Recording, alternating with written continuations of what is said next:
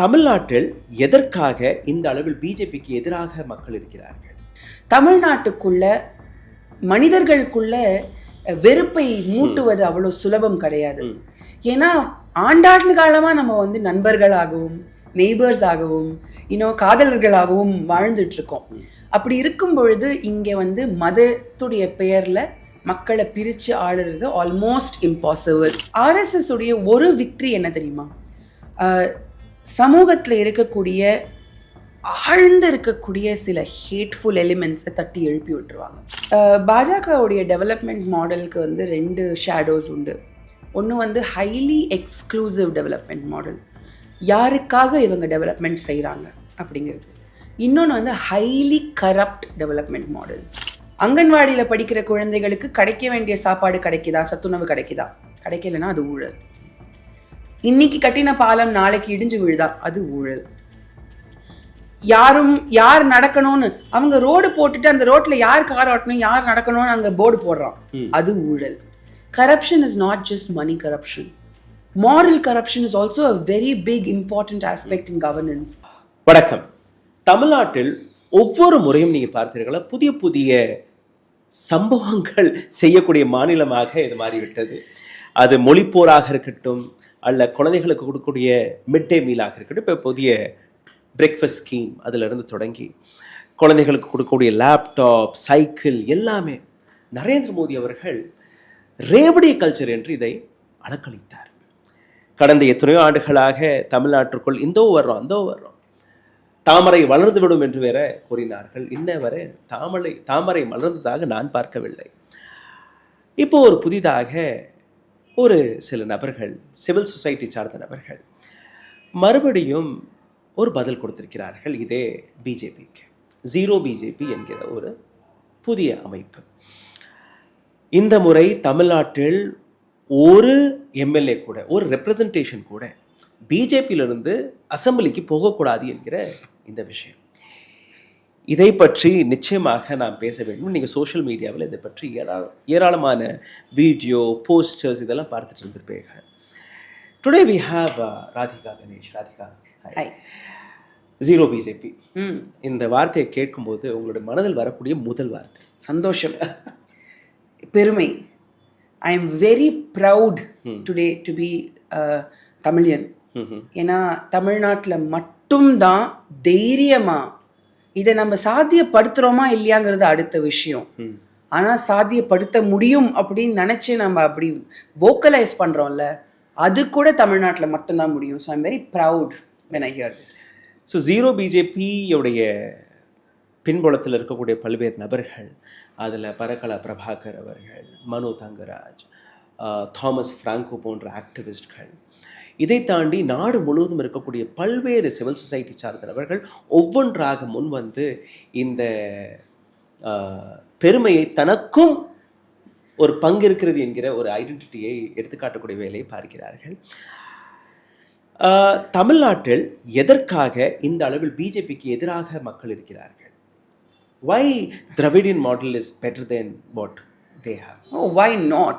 I think 10 minutes is not enough to say that. But சிம்பிளாக சொல்லணும்னா, மக்களை கிட்டத்தட்ட ஒரு 100 ஆண்டுகளா அரசியல் வயப்படுத்தி, ஆக்சுவலாக 100 ஆண்டுகளில் நம்ம சங்க காலத்திலேருந்தே தமிழ் மக்கள் அரசியல் வயப்பட்டுட்டோம் இல்லையா?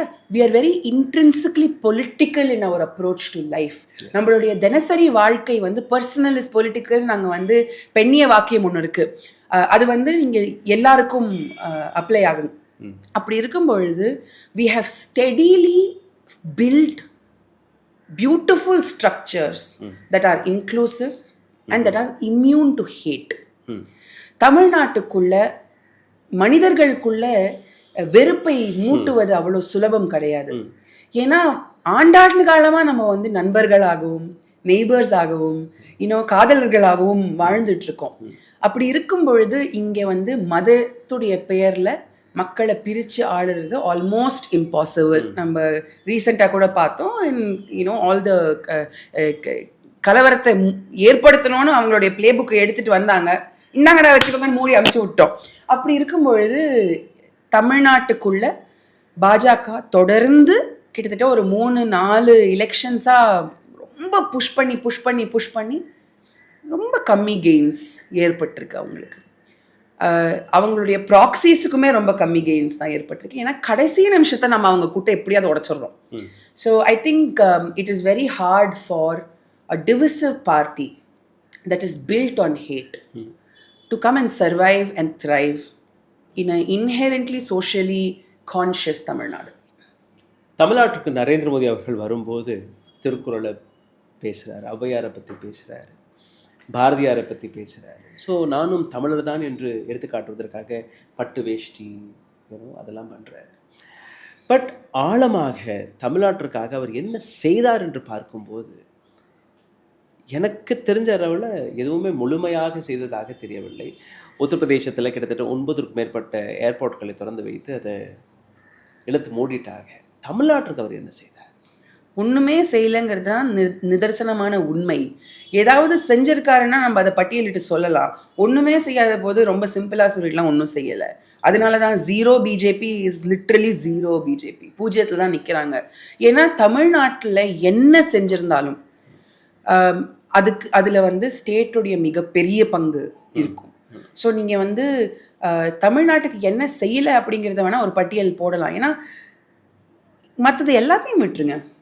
கல்வி ரொம்ப பேசிக்கான நம்ம 60 வருஷமாக விட்டு கொடுக்காம அந்த திராவிட அரசியல் யார் வந்தாலும் போட்டி போட்டுக்கிட்டு கல்வியில் இன்வெஸ்ட் பண்ணியிருக்காங்க. அப்படி நம்மளுக்கு ரொம்ப ஆணிவேராக நம்ம நம்பக்கூடிய நம்மளுடைய கல்வியில் அவங்க கையை வச்சது நம்ம அடிவயத்தில் கையை வச்ச மாதிரி. So they really hit us where they know it will hurt us. ஆனால் அவங்க தப்பு கணக்கு என்னென்னா when we are hurt we come out with more force. So அதனால திரு நரேந்திர மோடி அவர்கள் trained by the RSS machinery. And அவங்களுடைய ட்ரைனிங்கில் நீங்கள் வெறும ஒரு பாலிட்டிஷியனாக இருக்க மாட்டீங்க, ஒரு ஆக்டர் பாலிட்டிஷியனாக இருப்பீங்க. அவருடைய ப்ராக்சியும் இப்போ ஆக்டர் பாலிட்டிஷியனாக தான் இருக்கிறாரு, ரைட்? ஸோ உங்களுக்கு ஸ்டேஜில் எப்படி நிற்கணும், எப்படி பேசணும். இங்கேருந்து நம்ம முதல்வர் யாராக இருந்தாலும், தமிழ்நாட்டில் இருக்கிற முதல்வர்கள் யாராக இருந்தாலும் வெளியூருக்கு போகும்பொழுது அங்கே இருக்கிற மாதிரி ட்ரெஸ் பண்ணிட்டு என்றைக்குமே பேசினது கிடையாது.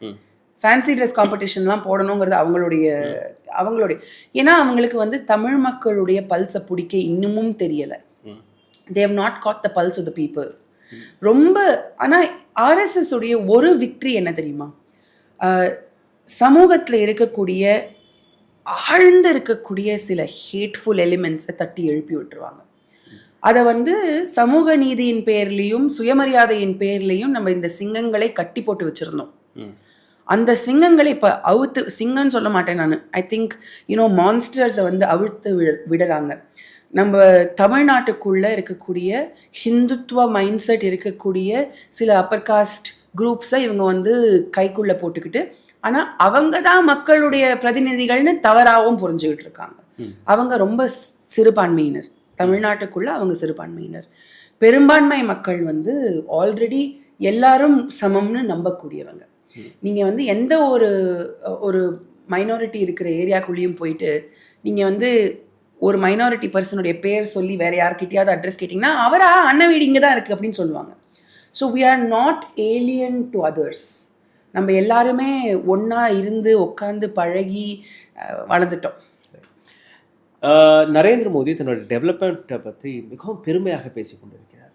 குஜராத்தில் பாருங்கள், vibrant Gujarat, India's number 1 state Uttar Pradesh, மத்திய பிரதேசத்தில் நீங்கள் அதே போன்ற பல்வேறு திட்டங்கள்.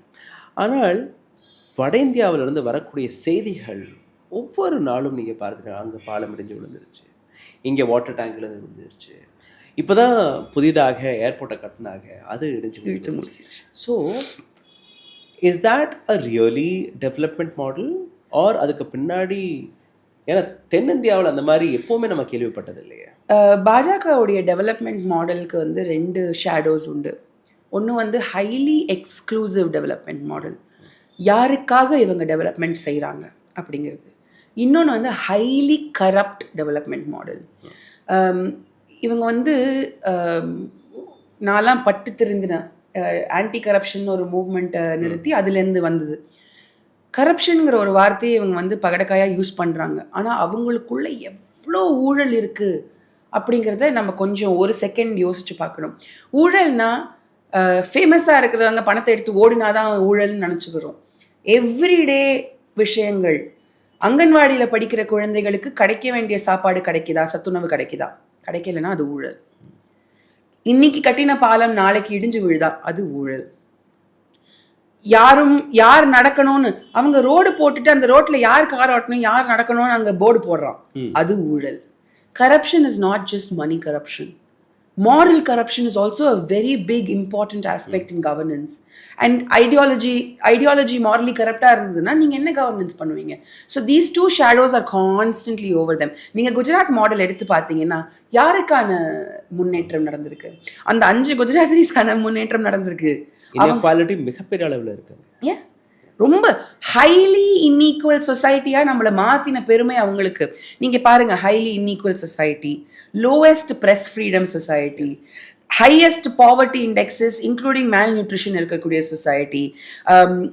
இந்த மாதிரி நெகட்டிவ் இண்டிகேட்டர்ஸ் எல்லாத்துலேயும் இவங்க நம்பர் 1 வந்துட்டு நம்மளை பார்த்து they are saying you are not doing enough.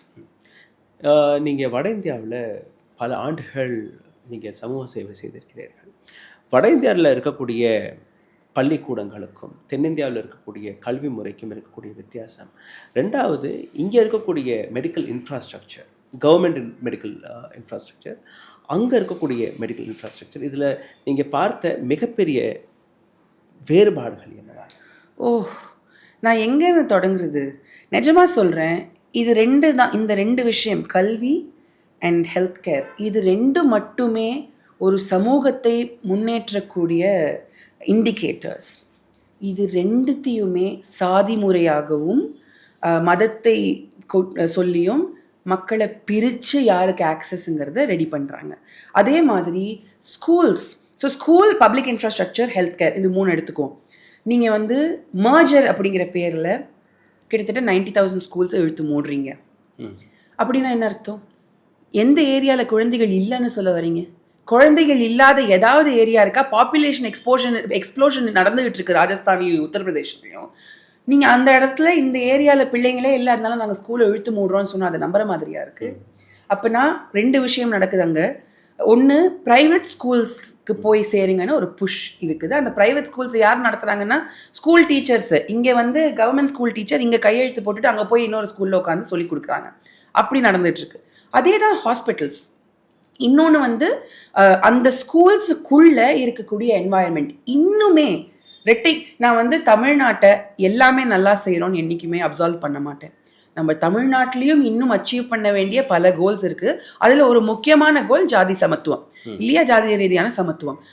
ஆனால் இங்கே நம்ம அடைஞ்சிருக்கிற ஒரு டெவலப்மெண்ட்டோடைய லென்ஸ்லேருந்து அங்கே பார்த்தோம்னா இன்னும் ரொம்ப மோசமாக இருக்குது. இன்னும் ரெட்டைக்கோழி வச்சு எந்த பிள்ளை எந்த குடத்துலேருந்து தண்ணி குடிக்கணுங்கிற அளவுக்கு தான் இருக்குது. And these are all realities. நீங்கள் கூகுளில் போட்டு பார்த்தா வந்துடும்.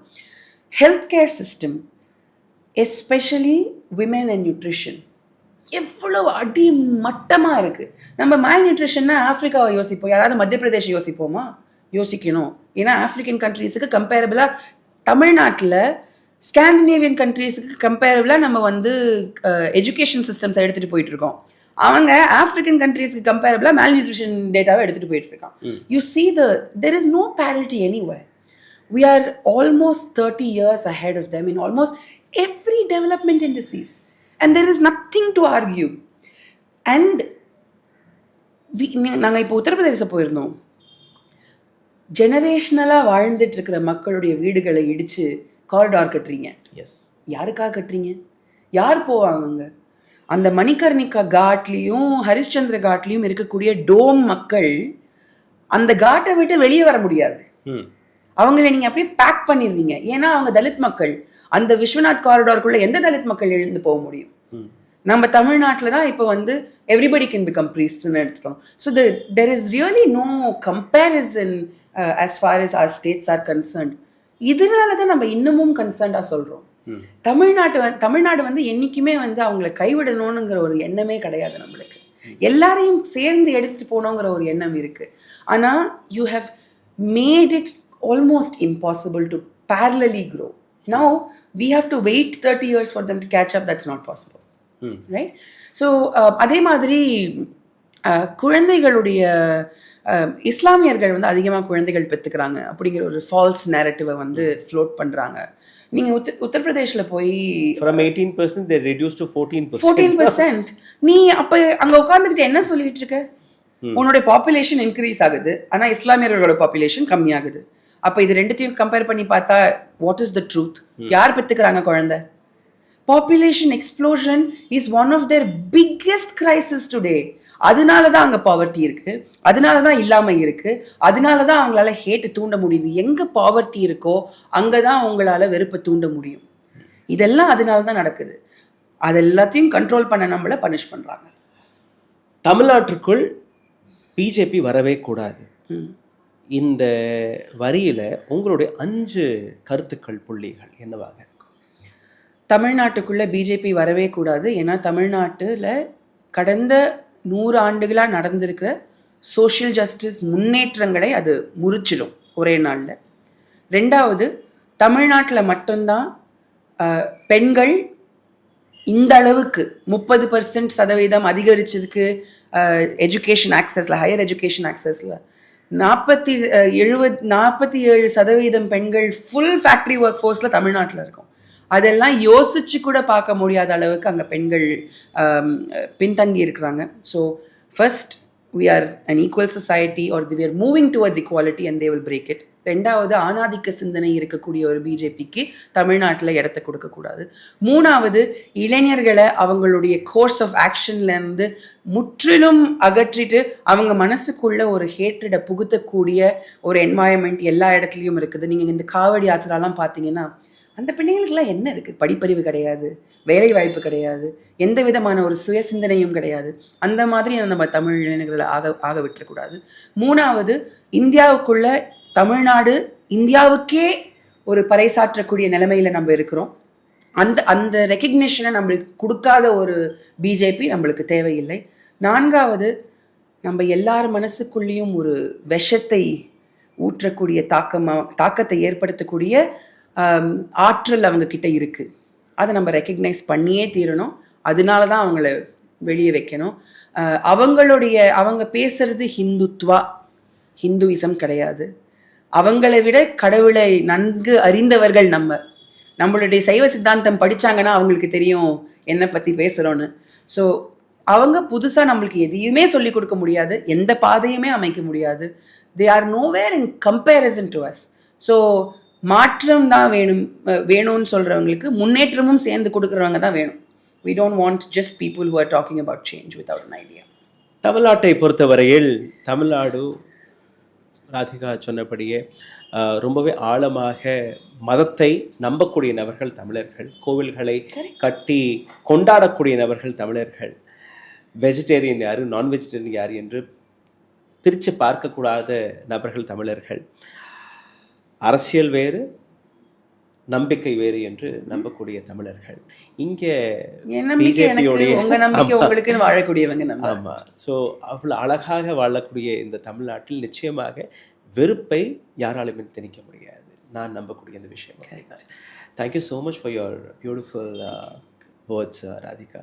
Thank you so much. நம் மண்ணை நாமே காப்போம்.